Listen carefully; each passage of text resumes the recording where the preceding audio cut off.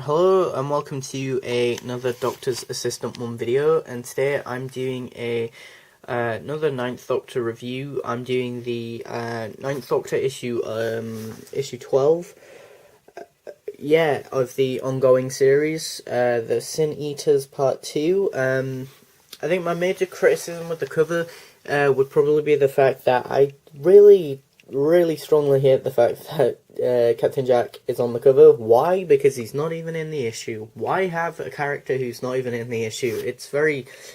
I'd go so far to say it's kind of false advertising.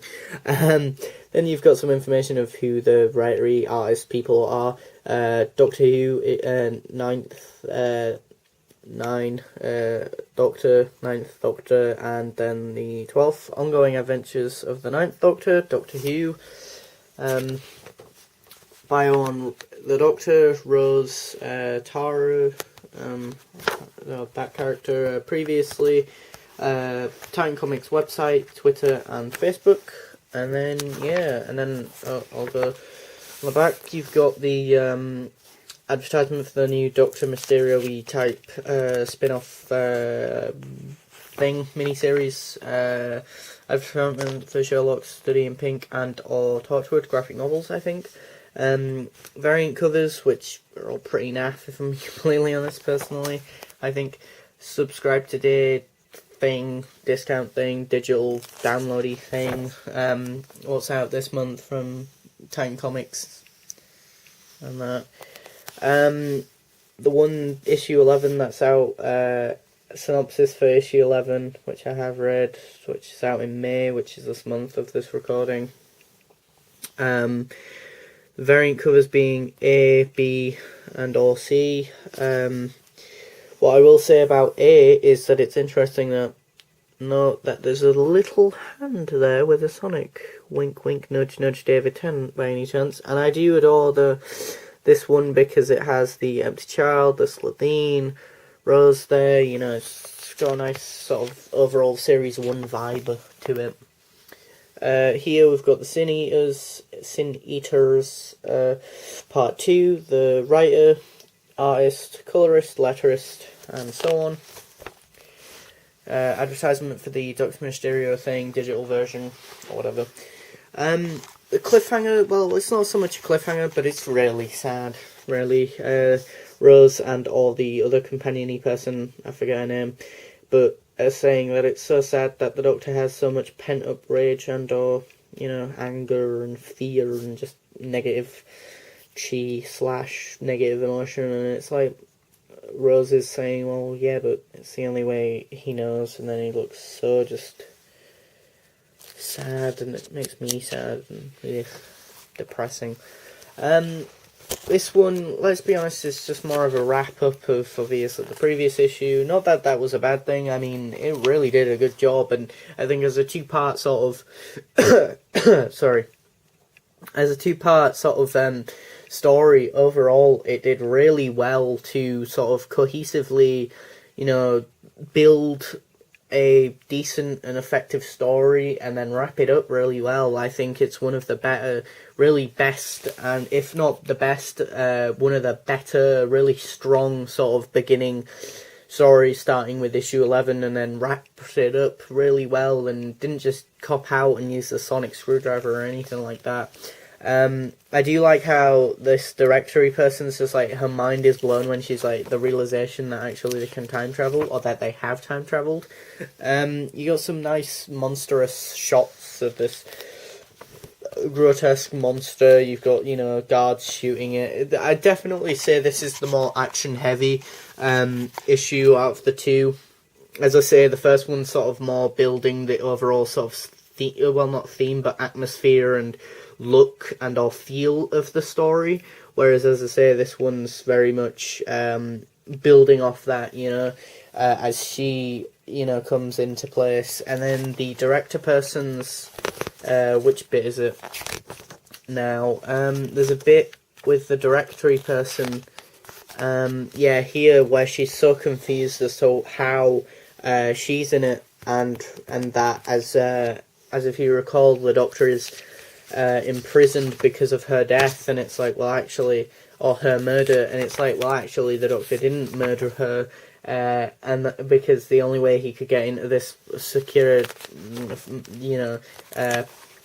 facility is by saying that or by making himself come across like he had murdered this one of his associates and or companions, and then obviously she's all like, oh, well, this was your fault that this happened, and it's like, well, not really. He planned to get caught, but he didn't think that this would be what would happen, and that, and then there's this depth and extra layer of, the fact that there are these two people who, after they've had the sort of sins, so to speak, sin eater sort of effect happen to them, they've been then released back into society, and as a byproduct, it's worked as a short-term solution, but in the long term, it then ends up that, they end up just relapsing and ending up, being killers and murderers and all, robbers and horrible, horrific people, and that, and then and that's when she's sort of like, wait, but these people have never been released yet. They're still here in the facility, and then she's just sort of having the realization that they're time travelers. And I just like the fact that the issue even picks up the pace and sort of immediately doesn't dwell on that too much. She's still being a pudding brain, bewildered by that. And then the Doctor's like, come on, we don't have time for this. I'll be honest, he's drawn very weirdly or peculiar. Granted, it might just be because he's in a different costume other than just his leather jacket, but that, and also his head looks weird. Oh, his face does look kind of weird there.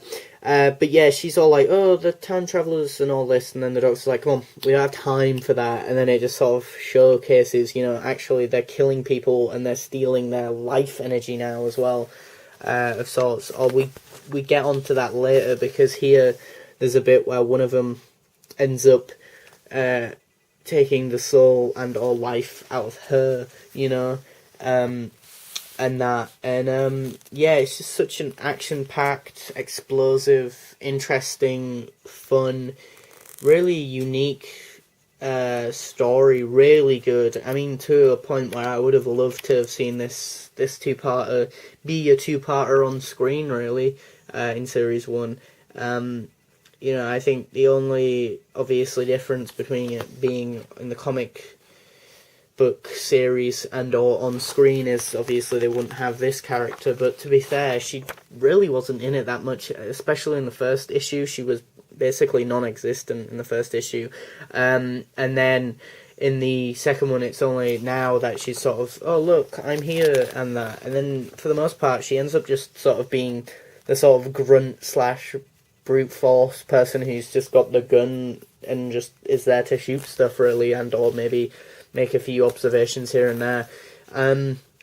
Rose, unfortunately, does take more of a backseat in this one, but what I will say is that, as I say, the ending is very impactful, and that, and I think the idea is that, like this episode, if anything, is a two-part comic book, or two-part story slash thing that's split into issue 11 and 12, but it's done in a way where it's almost like a platform slash vessel to allow the writers and or people behind this series to sort of delve more into the characterization and or aftermath of the Time War, but the characterization and the way that the Ninth Doctor in particular, dealt with that, both in terms of taking stuff from the TV show, but then extrapolating that and taking that into their own hands and, moulding it into what they perceive as clearly a very distressingly unhealthy way of dealing with it. Because let's be honest, the Ninth Doctor,